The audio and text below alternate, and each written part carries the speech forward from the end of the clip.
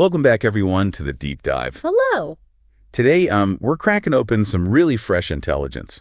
It's the early spoilers for The Bold and the Beautiful. Pretty explosive stuff. Yeah, we've got a good look here at mid-October, specifically the 15th, 16th, 17th. And then we're also peering ahead, into that following week, October 20th to the 24th. Right, so if you want to get the absolute essential roadmap for the next couple of weeks, major returns, betrayals, relationship shifts, this is basically it. Ooh, boiled it down. Our goal is simple. Pull out the key nuggets. We're tracking 3 big threads today. First, Deacon Sharp. He's making moves away from Sheila, potentially towards Taylor Hayes. It's a big one. Second, Forrester Creations. There's a battle brewing, looks like, with Hope pushing hard for new blood. Mm-hmm. D Sharp specifically. And third, the fallout from Luna Nozawa. It's still hitting hard. Family betrayals, real trauma. It gets pretty dark. Yeah, these things aren't separate either. They're all tangled up, Understanding how they connect, that's really the key to seeing what's coming next. So let's dive in. Okay, so first up, it all seems to start with Deacon finally trying to break free from Sheila Carter. The sources are clear. Mm-hmm. She's trying hard to reel him back in, but Deacon's actually resisting this time. Yeah, she really puts on the pressure. The spoilers for Wednesday, October 15th, they paint a picture.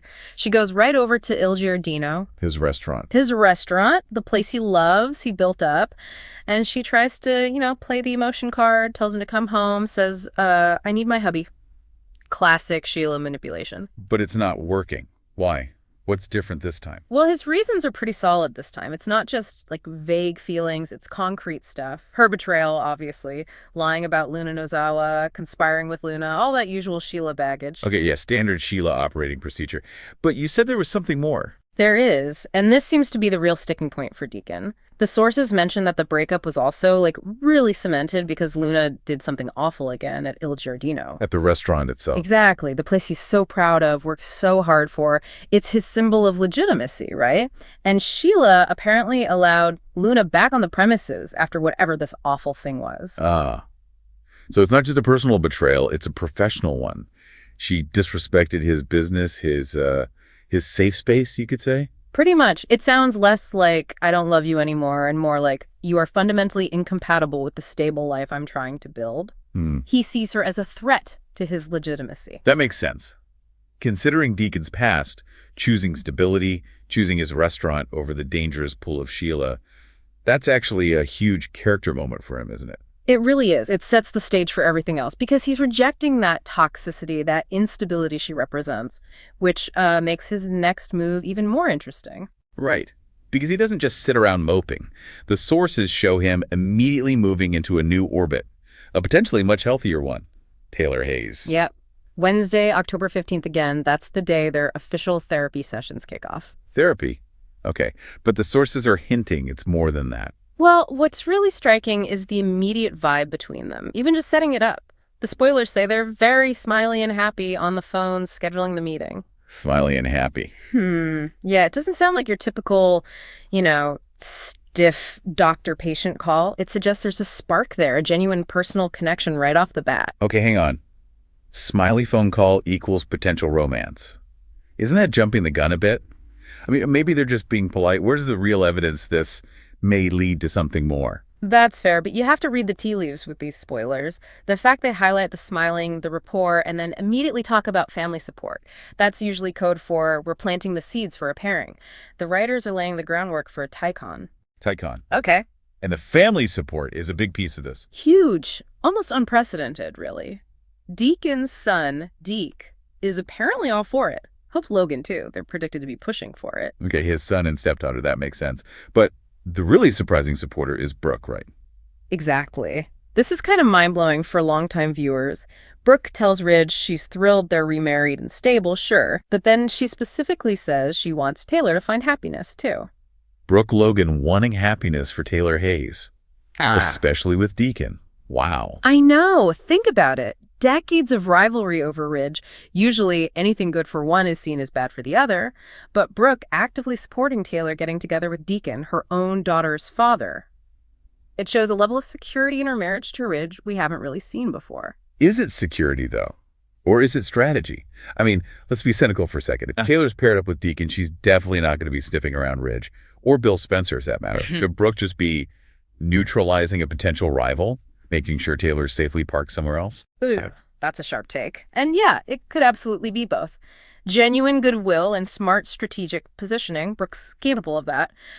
But either way, the result's the same. Taycon suddenly has this incredible, almost universal family blessing behind it. Which probably drives Ridge crazy. Seeing Brooke and Hope backing his nemesis with his ex-wife. You gotta think so, right? That dynamic alone is gold. But of course, happiness can't just happen. Not on this show. Enter Sheila. Predictably, she doesn't take rejection well. The second half of this section is all about her reaction. And it's not subtle, is it? Not at all. Classic Sheila. She follows Deacon to the hospital where he's having his therapy session with Taylor. She follows him to therapy. Okay, that's invasive. And she spies on them. And the thing that apparently sets her off, the trigger for this explosive reaction the sources promise, she sees them hug. A hug? Seriously? Sheila Carter, mastermind of mayhem, is losing it over a hug between her ex and his therapist. It sounds almost trivial, doesn't it? But I think it shows how laser-focused she is on Deacon right now. Her world has shrunk. It's not about some grand scheme. It's purely about losing him, the one person who gave her a sliver of normalcy, however twisted. So the simplicity of the hug just underlines how much she feels she's losing. Exactly. And the source is very direct. Sheila is not going to take this lying down. So Deacon, trying to find some peace and stability, immediately paints a target on his back. And Taylor's too, probably. But this time, Sheila's motivation seems purely emotional, possessive rage. Okay, so Deacon's personal life is shifting dramatically, triggering Sheila's instability. That sets up a nice contrast as we move into the professional world at Forster Creations, where things are also getting shaken up. Right. Let's shift over to FC. And the sources, they're smart about this. They first show us Ridge and Brooke, all loved up. They're in the showroom, checking out a dress, sharing a passionate kiss. The message is clear. The honeymoon phase is still very much on. Setting up that stable romantic baseline. Exactly, to make the professional drama pop even more. And that drama arrives wearing a Sharp family name. Deke Sharp. Okay, let's just clarify that for everyone listening.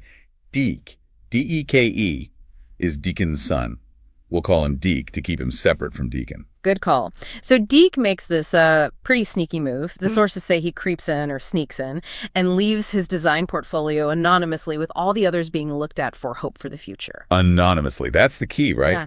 He knows if Ridge sees the name Sharp, it's DOA, no matter how good the designs are. Absolutely. Ridge's hatred for Deacon runs deep, so Deke's banking on his talent alone to get him noticed, hoping to bypass that built-in prejudice. Does it work? It seems to, initially. The spoilers for Thursday, October 16th, show the review session. It's Hope, Ridge, Carter, and Brooke looking through the anonymous portfolios. And Hope, she spots one immediately. She's drawn to it. Instantly captivated. She insists this is the designer we need. She sees something special. And here's the kicker. She's quite certain it's Deke's work. Her brother's. Wait, she knows it's his even though it's anonymous? How? The sources don't explicitly say how, but it suggests maybe a shared aesthetic. Yeah. Or just a really strong gut feeling, a sibling connection. Whatever it is, it adds weight to Deke's talent and to Hope's conviction. She doesn't just like the designs. She feels a connection to the designer. Okay, that's interesting. So Deke's work speaks for itself, at least to Hope. What else is he up to? Well, on Friday, he has this run-in with Electra Forrester. Whoa. He's hanging around near the CEO's office, which makes her a bit suspicious, understandably. A strange face lurking near the executive suite. Yeah, I'd be wary too. But then he explains why he submitted his portfolio. And crucially, he tells her who he is. Hope's brother. Ah, and that changes things. Instantly. Yeah. Electra's concern just evaporates. It shows you the power dynamics, right? Being Hope Loman's brother is like an instant backstage pass, at least with some people, even if Ridge wouldn't approve. Okay, so he's making some inroads. Now, how does this connect back to Deacon and the Sheila drama we just talked about? They tie it together nicely. Deke and Hope have a conversation. He tells her he's worried about Deacon, his heartbreak over Sheila, and also his concern that Luna is back. So Deke's ambitions aren't just about himself. He's thinking about his dad's situation too, trying to maybe create some positive news for him. Seems like it. Or at least his personal family concerns are mixing with his professional drive. It also, the source hints that Hope might actually hear about Luna being alive from Deke first, which would really cement their bond as siblings, sharing this intense family info. Okay, so it's all leading up to the big question. Will Forrester Creations actually hire Deacon Sharp's son? The sources predict conflict, right? Specifically, Ridge's gripe. Oh, yeah. The gripe is coming. It's going to be multifaceted, you know? First, there's just the raw personal hatred Ridge has for Deacon. He will not want Deacon's kid working at his company, period. Even if the kid's talented. Probably not. And second, Ridge will likely argue Deke is unproven. Nobody compared to established Forrester designers. It's loyalty to family legacy versus Hope's push for something new. And Hope's pushing back hard. Apparently, yes. This isn't just about hiring her brother. The sources say she's making a case that her line, Hope for the Future, needs this. It needs young and fresh talent, not the same old-school Forrester Creations style. Wow. She was essentially calling the traditional Forrester aesthetic stale, at least for her brand. That's exactly what it sounds like. She's arguing that sticking to Ridge's preferred octa-type designs, that established look, is holding her line back. Deke's portfolio is her proof that fashion needs to evolve, move beyond the Forrester comfort zone. As a bold argument to make to Ridge Forrester. He basically is the Forrester legacy. He'll see that as a direct attack on his creative authority, won't he? You'd think so. He'll probably counter that legacy means quality, reliability, brand strength, and that fresh just means risky and untested, potentially damaging. So where does Carter fit into this? He's usually the mediator, right? Yeah, expect Carter to be stuck in the middle, trying to broker some kind of peace. Maybe suggest a trial run for Deke, a consulting gig, something to appease Hope without Ridge completely losing face. But the core conflict is Hope fighting passionately for her brother's vision, and by extension, her own vision for the line. It's shaping up to be the big professional clash of the week. Okay, so we've covered the new romance potential and the career drama. Now we shift gears into something much heavier, the psychological fallout from Luna. This is where it gets really intense, dealing with the trauma and betrayal her survival uncovers. Yeah, this part is pretty grim. It kicks off Friday, October 17th, with Finn confronting his mother, Lee, again, about her lies and secrets, this time concerning Luna being alive. It feels like deja vu for Finn, doesn't it? The sources even point out this is a pattern for Lee. She hid him from everyone when Sheila shot him. Exactly. But there's a key difference in her justification this time, or so she claims. Back then, hiding Finn was about protecting him, saving his life from Sheila. Pure maternal instinct, arguably. And now, with Luna. Now, Lai's defense is more about moral judgment. She apparently says she initially thought Luna could be redeemed, but now, after everything, she sees Luna as a monster who is irredeemable. So she was making a judgment call, not just hiding a secret. That seems to be her angle. But you can bet Finn, having been lied to like that before, isn't going to just accept any justification for secrecy from Lai at this point. The trust is just too damaged. But incredibly, the sources say Finn is actually more disturbed by someone else's reaction than Lai's. He's more appalled by Papi Nozawa. Yeah, this is where it gets truly shocking. The focus shifts hard onto Papi, Luna's mother. What happens? Okay, get the scene. Finn and Lai are at the hospital. They tell Papi the news. Her daughter, Luna, is alive. You'd expect shock, maybe tears, relief. Right. Any normal parental reaction? Nope. The description is visceral. Papi's jaw drops. She kind of shrieks. But then she starts calling Luna names. Vile names, the B word, little monster. She calls her own daughter, who she just found out is alive, a monster. Yes. It's portrayed as this explosion of pure rage and rejection, zero empathy. Liam and Finn just stare at her, horrified. My God. What does that say about Papi? That her first reaction is anger and name-calling, not relief. Is it shame? Guilt? Protecting herself? It points to something deeply wrong, doesn't it? A profound lack of maternal connection, or maybe just overwhelming self-interest? And remember the context the sources give us. Papi had already said good back when they first thought Luna was dead at the hospital. Oh, right. I forgot about that. Lane was furious. Exactly. So this isn't just shock making her lash out. It confirms this deep-seated cold rejection of her own daughter. Suddenly, Luna isn't the only monster in this story, is she? Papi's reaction is chilling. Absolutely chilling. Okay, while the adults are dealing with that horror show, what about the actual victims of Luna's actions? Will Spencer, specifically. Yeah, the focus shifts to him. He's still, understandably, reeling from the trauma of what Luna did to him, the violation. And he's asking himself, why me? Right. Right. Trying to make sense of it. Exactly. That's the voice of trauma, searching for a reason in something senseless. And the sources offer this really disturbing insight into Luna's possible motivation. Who I did. They suggest Luna picked Will because he's Bill Spencer's son, Little Bill, that she has this very twisted fixation on Dollar Bill. Oh my God. So Will wasn't even targeted for being Will. He was just a stand-in.